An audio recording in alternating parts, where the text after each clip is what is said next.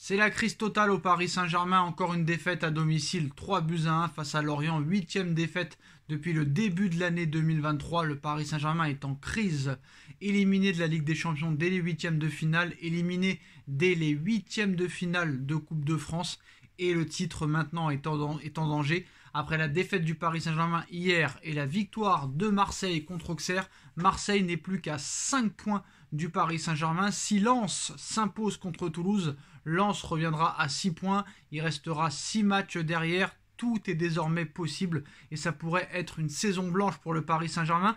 Pour cet été, Paris fait de l'arrivée d'un attaquant de classe mondiale sa priorité pour le prochain mercato estival. Si Nasser Al-Khelaifi et le Qatar militent pour le recrutement de Randal Kolo Muani de l'Eintracht Francfort, Luis Campos fait le forcing pour Harry Kane ou Victor Osimhen sous contrat jusqu'en juin 2024. L'attaquant anglais n'a pas encore prolongé avec Tottenham et le conseiller football du Paris Saint-Germain aimerait profiter de cette ouverture pour convaincre Harry Kane de rallier le Paris Saint-Germain. Toutefois, Paris n'est pas seul puisque Manchester United serait également très chaud pour attirer le meilleur buteur de l'histoire des Spurs.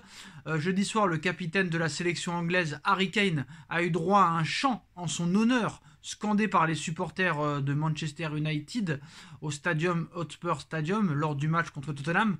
Harry Kane, on se voit en juin, ont lancé en chœur les fans mancuniens. De son côté, l'ancien protégé de Maurizio Pochettino n'a pas encore pris de décision concernant son futur. Auteur de 26 buts et 8 passes décisives en 44 matchs, Harry Kane n'est pas certain de poursuivre l'aventure avec son club formateur la saison prochaine. Plusieurs clubs, dont le Paris Saint-Germain et Manchester United, seraient déjà disposés à faire de gros efforts nécessaires pour arracher la signature de Kane. Pour autant, le coéquipier de Lucas Moura, ancien attaquant du Paris Saint-Germain, n'écarte pas la possibilité de partir aussi libre l'année prochaine, à en croire les informations du tabloïd The Telegraph. Rappelons que les Spurs réclameraient plus de 150 millions d'euros pour leur capitaine pour des prétendants anglais et 90 millions d'euros pour des courtisans peut-être étrangers. Donc peut-être que le Paris Saint-Germain a une carte à jouer si Tottenham demande moins aux clubs étrangers qu'aux clubs de première ligue, parce qu'il ne veut pas renforcer la concurrence. Pour moi, Harry Kane doit être la priorité du Paris Saint-Germain, très clairement.